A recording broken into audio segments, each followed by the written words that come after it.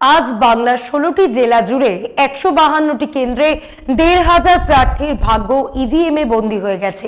কিন্তু আপনি কি জানেন এই ইভিএম এর আড়ালে আসলে কোন ভয়ঙ্কর খেলা চলছে? সারা বিশ্বের সারের হাহাকার।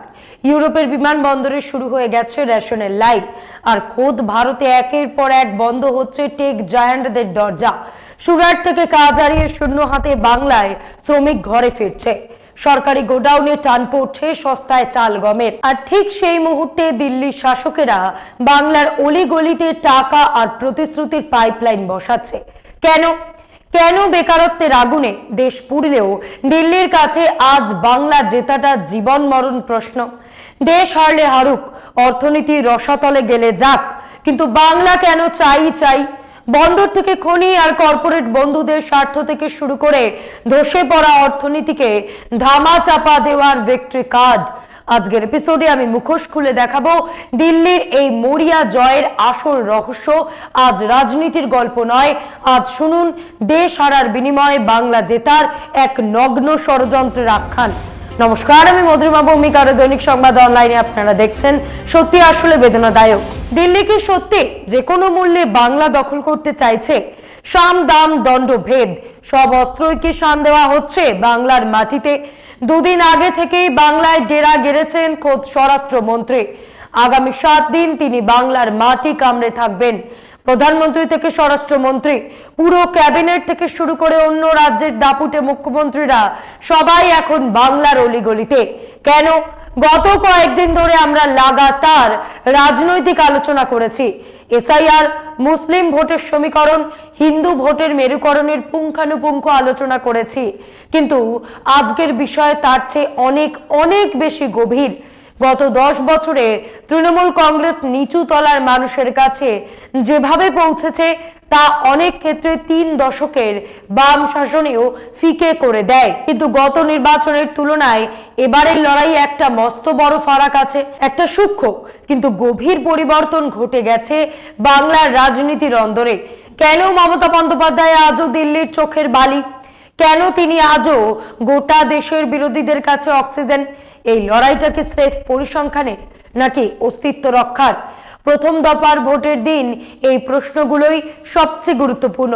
2024 লোকসভা নির্বাচনে 272-এর ম্যাজিক ফিগার ছুঁতে না পারার যে মৃদু ধাক্কা দিল্লি খেয়েছিল সেটা এখন অতীত।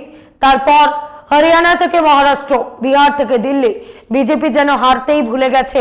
তাদের জনপ্রিয়তার পারদ এখন তুঙ্গে। আর এই দাপটের সবচেয়ে ভয়ঙ্কর দিকটা কি জানেন? দিল্লি এখন আর কোনো রাজ্যে বিরোধী শক্তির জয় বরদাস্ত করার মানসিকতায় নেই। তারা জানে একটা রাজ্যে হার মানেই আগামীর জন্য একগুচ্ছ অস্বস্তিকর প্রশ্ন। তাই প্রশ্ন উঠছে যে আঞ্চলিকতাবাদের ওপর ভিত্তি করে ভারতের রাজ্যগুলো চলতো তার গুরুত্ব কি ফুরিয়ে আসছে? হরিয়ানায় আঞ্চলিক শক্তি টেকেনি, মহারাষ্ট্র বা বিহারেও আঞ্চলিক দাপট ম্লান, এমনকি খাস দিল্লিতেও ইস্যু ভিত্তিক রাজনীতি এখন দিল্লির কেন্দ্রীয় শক্তির কাছে কোণঠাসা। এই পরিস্থিতিতে দাঁড়িয়ে আজ যে 152টি আসনে ভোট হলো তার দিকে তাকালে আপনি চমকে উঠবেন। গত নির্বাচনে এই 16টি জেলায় তৃণমূলের ভোট ছিল প্রায় 47%, আর বিজেপি দাঁড়িয়েছিল 40%। কিন্তু প্রশ্নটা শুধু শতাংশের নয়, প্রশ্নটা হলো বিজেপি কি তবে প্রতিটি রাজ্যের রাজনৈতিক চরিত্রকে নিজের ছাঁচে ঢালাই করে নিয়েছে? মমতা বন্দ্যোপাধ্যায়ের তুরুপের তাস হলো মা, মাটি, মানুষ আর বাঙালির আত্মপরিচয়। কিন্তু আজকের বদলে যাওয়া ভারতে কি সেই পুরনো আবেগের কোনো দাম আছে? দিল্লি চায় গোটা দেশ এক ছাতার তলায় আসুক, যেখানে কোনো আঞ্চলিক নেতা প্রশ্ন তোলার সাহস পাবে না। কেউ প্রশ্ন তুললেই দিল্লির তখ্ত নড়ে ওঠে। আর ঠিক এই কারণেই তারা এখন আর কোনো রাজ্য হারতে রাজি নয়। চৌঠা মের ফলাফল হয়তো এমন এক নতুন দৃশ্যপট তৈরি করবে যা আপনার ভাবনার অতীত। বাংলা কি তবে সেই দুর্গ হয়েই থাকবে, নাকি দিল্লির আগ্রাসনের সামনে আত্মসমর্পণ করবে? লড়াইটা এখন আর শুধু ভোটের নয়, লড়াইটা অস্তিত্বের। আলোচনাটা এখন শুধু বাংলার নয়, আলোচনাটা সমুদ্র উপকূলের সেই ভূখণ্ডের যা এককালে ব্রিটিশদের রাজধানী ছিল, আজ দিল্লি ক্ষমতার কেন্দ্র হতে পারে। কিন্তু ভারতের অর্থনৈতিক মেরুদণ্ড আজও দাঁড়িয়ে রয়েছে এই খনিজ সম্পদ আর বন্দরের ওপর। আদানি গোষ্ঠীর মতন কর্পোরেট জায়ান্টদের আজ পোর্টের উপর যে একাধিপত্য প্রয়োজন, তার চাবিকাঠি লুকিয়ে রয়েছে বাংলার উপকূলে। তাই দিল্লির কাছে বাংলা এখন হরিয়ানা বা বিহারের চেয়ে অনেক বেশি দামি। আর এই দামি রাজ্যটাকে কবজা করতে বিজেপি এবার যে তুরুপের তাস খেলেছে, সেটা হিন্দুত্ব নয়, ঘুষপেটিয়াও নয়, তার নাম অঢেল টাকা। নির্বাচনী ইস্তেহারে প্রতিশ্রুতির বন্যা বয়ে গেছে। বেকারদের 3000 টাকা, মহিলাদের 3000 টাকা, গর্ভবতী মহিলাদের 3100 টাকা, আর কিষাণ সম্মান নিধিতে 9000 টাকা। হিসাব কষে দেখুন, একটা পরিবারে যদি এই 4টে বর্গের লোকই থাকে, তবে মাসে ঘরে আসবে প্রায় 18,000 টাকা। আমাদের দেশে যারা স্থায়ী চাকরি করেন, তাদের মাসিক গড় আয়ও 18,000 টাকা। কি অদ্ভুত, তাই না? প্রশ্ন হলো, এত টাকা আসবে কোত্থেকে? দিল্লি জানে রাজ্য জয় করে কিভাবে রাজস্বের পাইপলাইন নিজেদের দিকে ঘুরিয়ে নিতে হয়। টাকা তৈরির কলটা এখন তাদের হাতেই, কিন্তু সেই পথে বড় বাধা মমতা বন্দ্যোপাধ্যায়ের সেই পুরনো বাংলা উস্মিতা। মমতা বোঝাতে চাইছেন, দিল্লি শুধু ভোট নিতে আসেনি, এসেছে বাংলার সম্পদ দখল করতে। এখানে বাম বা কংগ্রেসের নাম নেওয়ার খুব একটা প্রয়োজন নেই, কারণ আজকের রাজনীতিতে লড়াকু রেখাটা একদম স্পষ্ট আর মোটা। হয় আপনি এপারে, না হয় ওপারে, মাঝখানে থাকার জায়গা নেই। লড়াইটা এখন কার্যত 50-50% লড়াই। একদিকে তৃণমূলের জনভিত্তি, অন্যদিকে বিজেপির প্রবল অর্থশক্তি আর কেন্দ্রীয় দাপট। কিন্তু এই অঙ্কের মাঝখানে এক একটা স্পয়লার হয়ে দাঁড়িয়ে আছে বাম, কংগ্রেস আর আইএসএফ বা নওশাদ সিদ্দিকীর মতন ফ্যাক্টরগুলো। তারা কার ভোট কাটবে, কার অঙ্ক মেলাবে, সেখানেই লুকিয়ে আছে আসল মোচড়। খেয়াল করুন বিজেপির সেই উইনিং মন্ত্রের উপর, যা তারা মহারাষ্ট্র বা বিহারে প্রয়োগ করেছে। এটাকে বলা যেতে পারে এক ধরনের শকিং থেরাপি। সাধারণ মানুষের মধ্যে এমন একটা বার্তা দেওয়া হয় যে ওপর ওপর সব ঠিক আছে, কিন্তু ভেতরে ভেতরে চলছে বিশাল এক পুঁজি বন্টনের খেলা। মমতা বন্দ্যোপাধ্যায় যখন বলছেন 2407 কোম্পানি কেন্দ্রীয় বাহিনী নামানো হয়েছে, তখন কি আপনি অঙ্কটা মেলাচ্ছেন? এক কোম্পানি সিএপিএফ নামে কম বেশি 100 সশস্ত্র জওয়ান, 2407 কোম্পানি মানে রাফলি 2,40,700 জওয়ান। আজকে প্রথম দফার ভোটে মোট ভোটার সংখ্যা 3,60,77,000। যদি কেন্দ্রীয় বাহিনীর সংখ্যা হয় 2,40,700, তাহলে কতজন ভোটার পিছু এক একজন করে জওয়ান? ভাগ করুন। 3,60,77,000 ভাজিত 2,40,700, অর্থাৎ প্রায় 150 জন ভোটার পিছু একজন সশস্ত্র রক্ষী। এর পাশাপাশি আছে রাজ্য police, civic volunteer, home guard. শুধু বাহিনী নয়, এবার মাঠে নামানো হয়েছে 1200 পর্যবেক্ষক। কমিশন বুক ঠুকে বলছে, এমন স্বচ্ছ আর শ্রেষ্ঠ নির্বাচন নাকি আগে কখনো হয়নি। কিন্তু স্বচ্ছতার এই ডাকডোলের আড়ালে আসল সত্যটা কি, এবার সেটাই বলবো। মোদি শাহ জুটি আজ বাংলা জয়ের নেশায় বুধ, অথচ দেশের পরিস্থিতিটা একবার ভাবুন। বেকারত্ব থেকে কৃষক সমস্যা, শিক্ষিত যুবকদের চাকরির হাহাকার থেকে টেক ফিল্ডের সংকট, চারিদিকে বিপদের ঘনঘটা। অথচ দিল্লির কাছে এখন দেশ বাঁচানোর চেয়ে বাংলা জয় করা বেশি জরুরি হয়ে পড়েছে। কেন? কারণটা কি সির্ফ রাজনৈতিক? সম্ভবত নয়। ভারতের অর্থনীতিতে বাংলার অবদান কতটা বাড়বে, তার চেয়েও দিল্লির কাছে বড় প্রশ্ন হলো তাদের পছন্দের কর্পোরেট বন্ধুদের স্বার্থ কতটা রক্ষিত হবে।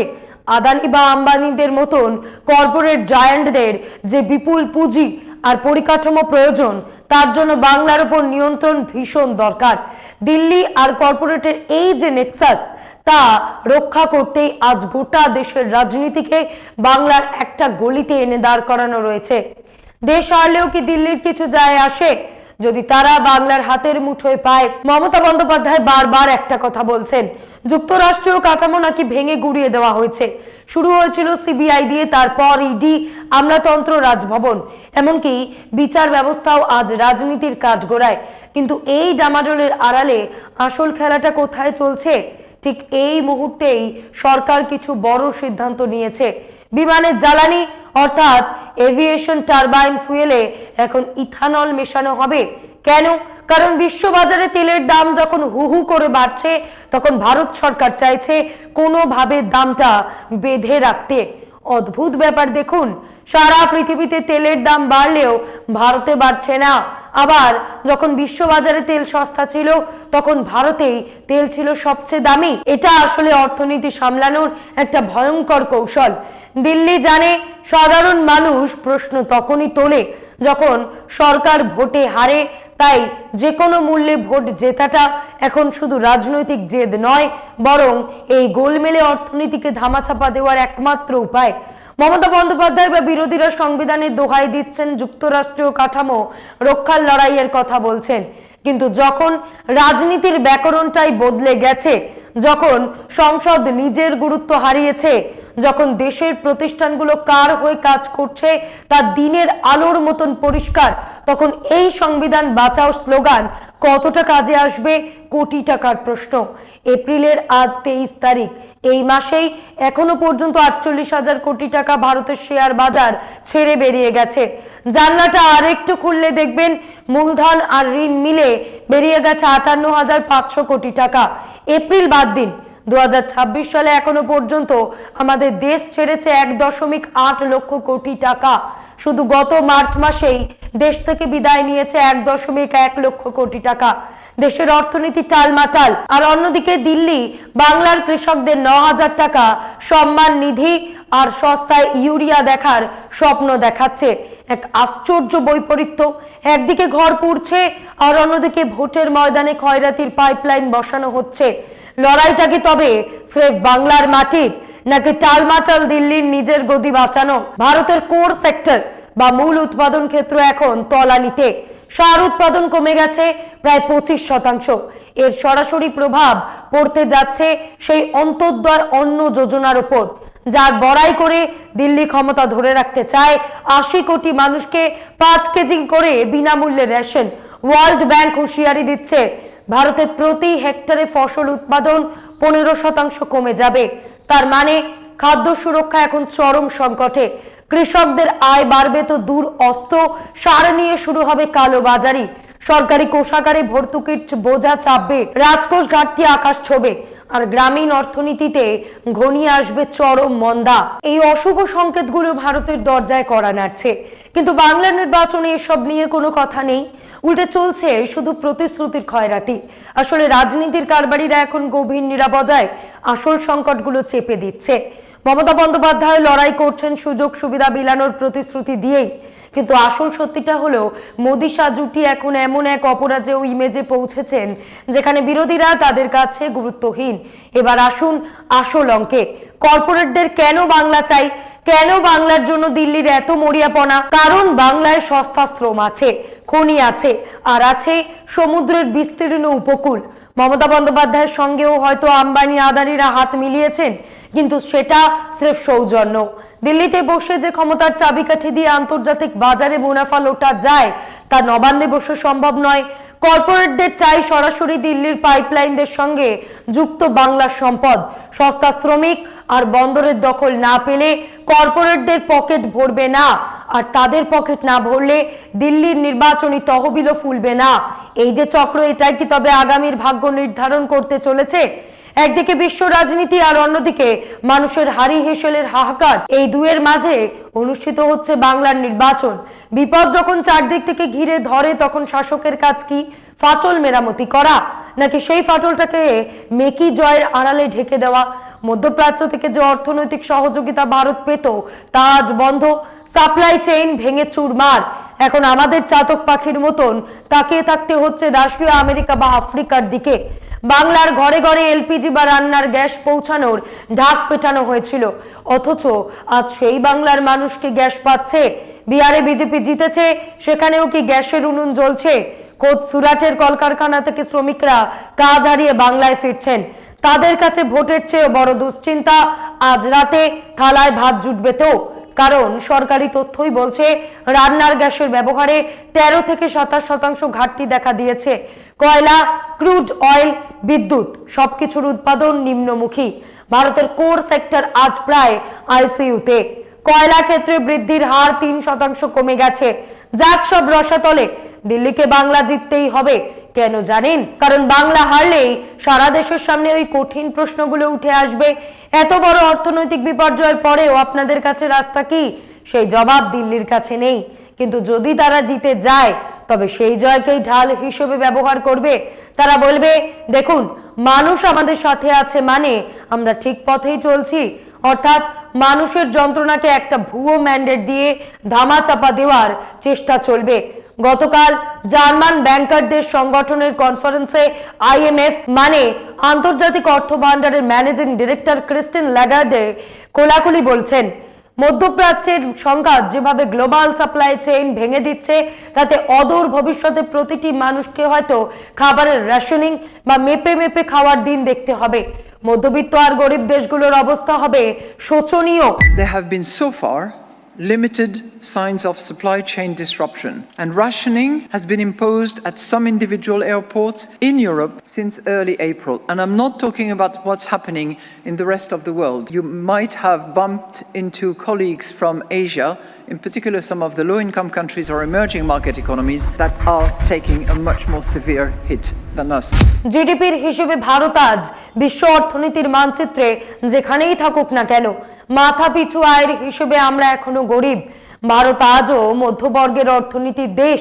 এই রূঢ় বাস্তবটা আড়াল করতেই কি তবে আজ বাংলার নির্বাচনে এত টাকার খেলা, এত প্রচারের ঝনঝনানি? লড়াইটা আজ আর ব্যালট বক্সের নয়, লড়াইটা প্রতিটা নাগরিকের ভাতের থালা বাঁচানো। দিল্লি কি সেই থালা ভরতে পারবে, নাকি জয়ের উৎসবে মানুষের হাহাকার চাপা পড়ে যাবে? ক্রিস্টিন ল্যাগার্ডে বলেছেন, বিশ্ববাজারে সারের 1/3 সরবরাহ যে পথ দিয়ে হয় সেই হরমুজ আর চরম ঝুঁকিতে। তিনি সতর্ক করেছেন, শুধু দাম বাড়া নয়, এবার সরাসরি রেশনের দিন আসছে। বিশ্বজুড়ে জ্বালানির হাহাকার শুরু হয়েছে। ইউরোপের কিছু বিমানবন্দরে এখনই রেশনিং শুরু হয়ে গেছে। কিন্তু আমাদের দেশে আমাদের ইস্তেহারে লেখা হচ্ছে 3000 টাকার খয়রাতির গল্প। কারখানার গেটে তালা পড়ছে, এক্সপোর্ট ইম্পোর্ট ব্যবসা লাঠে ওঠার জোগাড়, কোর সেক্টর ঢুকছে। কিন্তু এই ভয়ঙ্কর সত্যগুলো কি নির্বাচনী সভায় শোনা যাচ্ছে? যাচ্ছে না। কারণ দিল্লি জানে, যদি তারা আজ বাংলা হেরে যায় তবে এই ধসে পড়া অর্থনীতির জবাবদিহি করতে হবে। আর যদি জিতে যায় তবে তারা বুক ফুলিয়ে বলতে পারবে, জনতা আমাদের সাথে আছে, সব ঠিক আছে। আসলে এই লড়াইটা সির্ফ মমতা বন্দ্যোপাধ্যায়ের সঙ্গে রাষ্ট্রীয় শাসকের লড়াই নয়। এই লড়াইটা হলো একটি গণতান্ত্রিক আবহে সত্যকে চাপা দিয়ে কৃত্রিম জয়ের জয়গান গাওয়ার। দেশে সাধারণ মানুষ কর্মসংস্থান হারাচ্ছে, খাবারের সংস্থান সংকটে, অথচ শাসকের পুরো শক্তি আজ বাংলার বুথে বুথে। সবশেষে জরুরি প্রশ্ন, ইতিহাস সাক্ষী, যখন রোম জ্বলছিল রাজা নিরো তখন আপন মনে বেহালা বাজাচ্ছিল।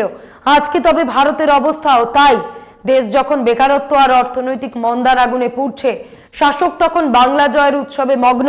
এই দম্ভ কি শেষ পর্যন্ত দেশটাকে খাদের কিনারায় নিয়ে দাঁড় করাবে? আপনারাই ভাবুন। আজ এই পর্যন্তই। এমন আরো বিষয় জানতে অবশ্যই সাবস্ক্রাইব করুন, লাইক কমেন্টে শেয়ার করুন আর দেখতে থাকুন দৈনিক সংবাদ। শুধু নামই যথেষ্ট।